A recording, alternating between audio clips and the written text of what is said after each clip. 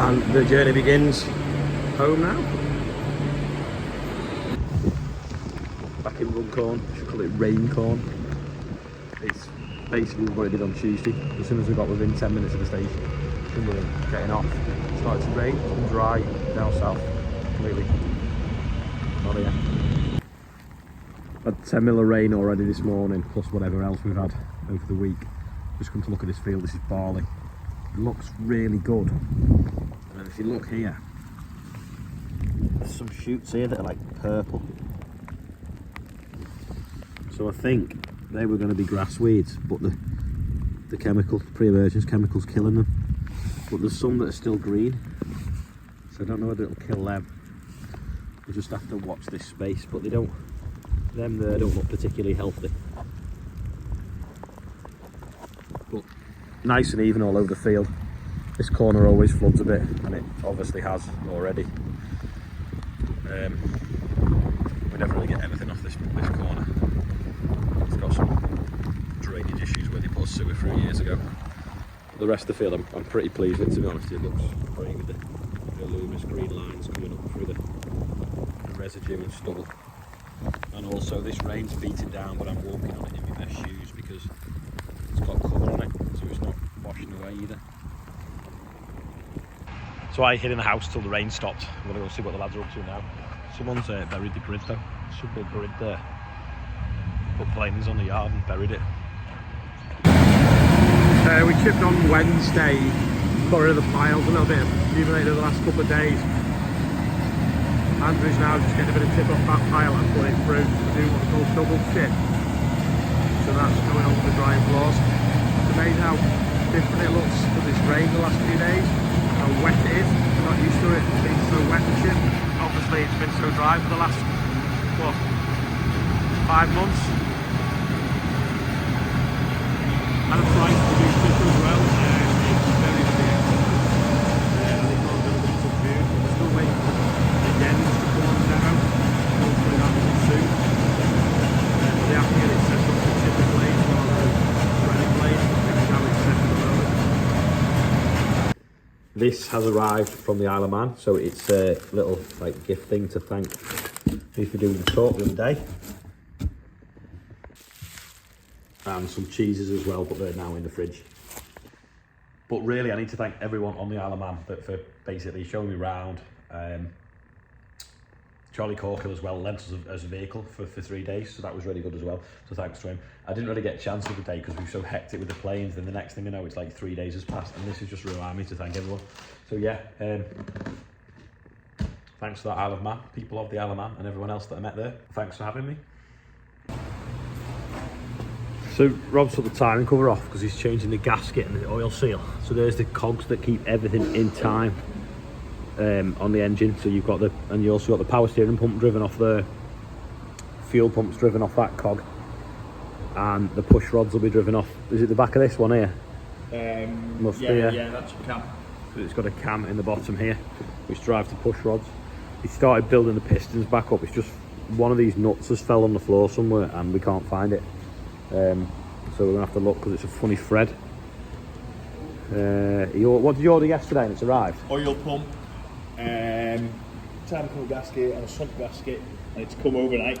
It's good, isn't it? Shiny. Look how big they are as well, you see. So if you looked at the old pistons, they were like, there was no like stretching them at all. They were just sort of tight to the piston, whereas now they're all nicely expanded so that they'll We just need to set the rings where we put them in. We'll grip the bore then as it goes up and down, them bores. No, we're not done for ages. We're not putting any flags up for ages. I've got a few as well to go up. Looking a bit bedraggled, the flag collection. Just in the shed, all the tractors are obviously tucked up in here. There's been another spate of GPS thefts again, 20 minutes from us, which is a bit concerning. That's why every night we put them in the shed that's alarmed. It's so frustrating though, because we're trying to ram them all in every night. It's just a bit of a joke. Anyway, last night was the Farmers Weekly Awards. There's a little bit of a snippet. I thought it was nice that the one of the awards actually went to the Ukrainian farmers for all having to put up with. So I've missed the sort of the beginning of what the guy was saying, but that's here now from the guy from the Ukraine. This is the Grosvenor ballroom.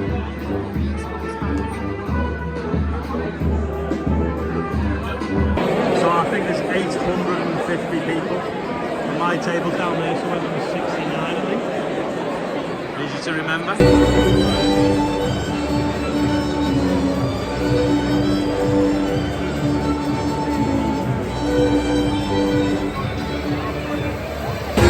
Oh, there's been a toilet now. I'm now trying to find my table. 1,200 people here at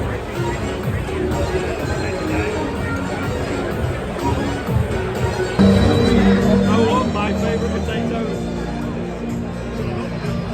Among the first countries who supported Ukraine in the war against Russia. At this moment, the situation in Ukrainian agricultural sector is extremely difficult as we do not have a possibility to sell our products, and the prices for our products are very, very low. Even so, since August, we have grain deal, and together with Turkey and Russia, we start to sell some grain through the Black Sea ports. Even so, the situation is very, very difficult for the whole farmers of my country. But all farmers of Ukraine are in different situation, because we have farmers who are on occupied territories, and very difficult there because Russians, they destroy farms, they steal machinery, equipment, they do not allow farmers to go to the fields and so on. And we have a lot of farmers from deoccupied territories where they almost lost everything. All tractors, all harvesters, the Russians has destroyed their farms. And today, as a farmers, even though we are in a very difficult situation, we are trying to set up a program from farmer to farmer and try to help our colleagues from deoccupied territories.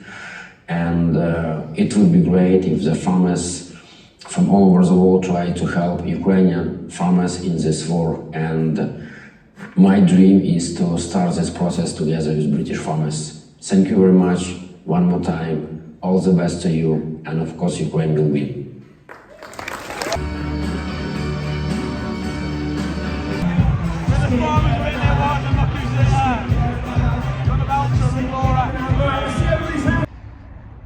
Anyway, it was a good night, lots of people there that I knew. The next thing like that, it'll be the British Farming Awards, which is the Farmers Guardian version of it. That's in a few weeks' time, and I'm a finalist for Digital Innovator of the Year, which I don't quite know what it means, but we'll see. So that should be another good night. Anyway, talking of the Farmers Weekly, has anyone seen what the editor put in the front page? He put something that sorry, I was just like went on something. He put the year's 2040, and I would be NFU president, and some like predictions kind of things, which I thought was quite funny. But in 18 years, if I was going to do anything in the NFU to be president or whatever, it wouldn't be in 18 years, because I'd be getting too old then. I'd be like 59 or something, wouldn't I? So it'd be better doing it when I was younger. And I know there was something going around the farming forum about should I do anything in the NFU, one of the office holder positions, and I don't know, what do people think? Have I got the time? I don't know that I've got the time to commit to it properly, because it's an important job. So, but I don't know, what do people think? I just thought it was interesting what was in there, and everyone's been tagging me in it, so no one needs to tag me in it anymore now. Also, as well as the article in the Farmers Weekly about the summer barley as well, which is good, because he obviously saw us making that article, 3-4 weeks ago, whatever, the day after that drill demo day, wasn't it? So yeah, what do you think? Let me know in the comments. Look at this really cool Merlot mix churro picker that I saw on Facebook before. How cool is that? It's like a basket, but a big one on a Merlot, and just really good, I thought. Joe's here on the New Holland. We're going to park it next to the class. See which looks pretty. They are big New Hollands, aren't they? I thought the Zerion would make the New Holland look small, but it actually hasn't, has it?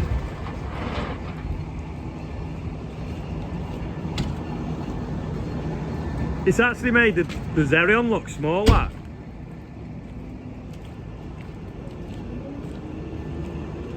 Apart from to this direction.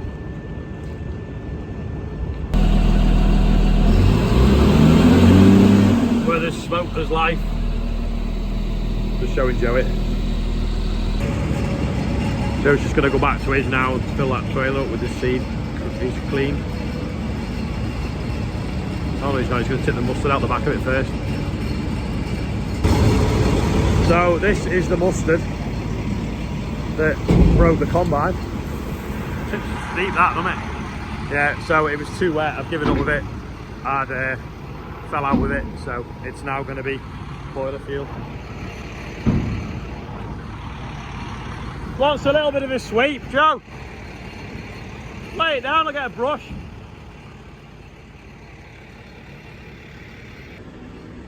Don't worry people, more merch has arrived.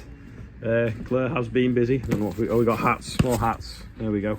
Don't forget, get them now. So, soon we won't be able to find Ian in here, will we? We have to hide the brushes in the office, otherwise they disappear. Looking at ball in the back of the trailer's going pretty well as well. They're multiplying these New Hollands now, there's 2 of them in the yard. Just Abby sent me one of her calendars, so I'm just going to go show it Bill, because he was there when we obviously made it. What? It's a picture of the combine. I'm showing it Bill. Keane's over from the Isle of Man and he's just going to do the names on the birthday bumper. He's got a broken arm, shoulder. Right, this is today's birthday bumper. Now you can scan this because Ian's put new stickers on to be on the birthday bumper, or you can click the link below every single video for the last few months. Anyway, Sienna Maria, Rick Wall, John and Lou, 16th wedding anniversary. Thomas Cummins is 15, Ian Hocknell, Samuel Parnell, it's his half-year birthday. Matthew James, Paul Hotwood, Dawn Lubb, and Poppy and George are 8. So happy birthday everyone on there and anyone else whose birthday is today. Don't forget, like I say, just scan that if you want to be on the birthday bumper. I hate pigeons. Something is killing them, which is good. Probably the kestrel or something. But it's eating them on the roof and then they're washing then into the gutters and blocking the gutters, which is highly annoying. So we need a cull of them. It's properly been savaged, that, hasn't it? Just looking at the solar panels, they do look nice and clean now. But I'm going to say, John, if you're watching, you've missed a little bit. There's a little to that little bit. Just right in the middle of the screen. Not bad when you think of the size of them though. Because there's obviously, this is the medium size array. There's one small and there's one twice as big. People have said how they've been performing since they were cleaned. Well, the first day after had according to the weather, had 2 hours less sunshine that day, but they actually did 30% more electric than the day that they were cleaned, the day before they were cleaned. So they obviously are working a lot more effectively. But it's hard to tell, you see, because you can't. No 2 days are the same really. What we should have done was maybe, you know, when it's like not as cloud in the sky in the middle of the summer, you could have maybe measured it that if you'd have cleaned them that day. So I got up on the roof at that end, walked down the gutter. I told him to go round and lift me down with the cherry picker. Cherry picker, from Bury. Anyway, it's not here. So I'm stood here waiting. Anyway, they're on the wrong roof round the corner. Looking up, waiting for me to get to the end of the roof. So a little bit of a miscommunication, well, not miscommunication, just didn't realise which roof I was at. Anyway, here it is now. I can now get down. Now I'm frozen.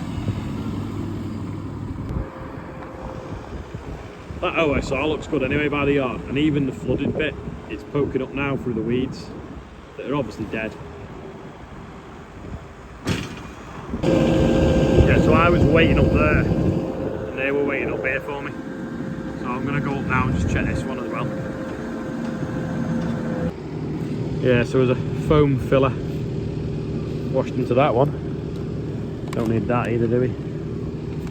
I better walk down and check there. Just checking the outlets down there. Looks fine, that'll do. It's really getting cold at night, especially with these clear skies. Glad I've got my hoodie on. Actually, you can't even buy one of these because this was a prototype. It's got a grey hood and yellow writing. The other ones are blue hoods with yellow writing or grey writing on the grey hood. Anyway, that's enough marketing for today, and that's enough of today's video. I will see you tomorrow. Thanks for watching. Oh, actually, do you know what I've not done for a while? If you want to watch another video, you can click there, and if you want to subscribe, you can click there.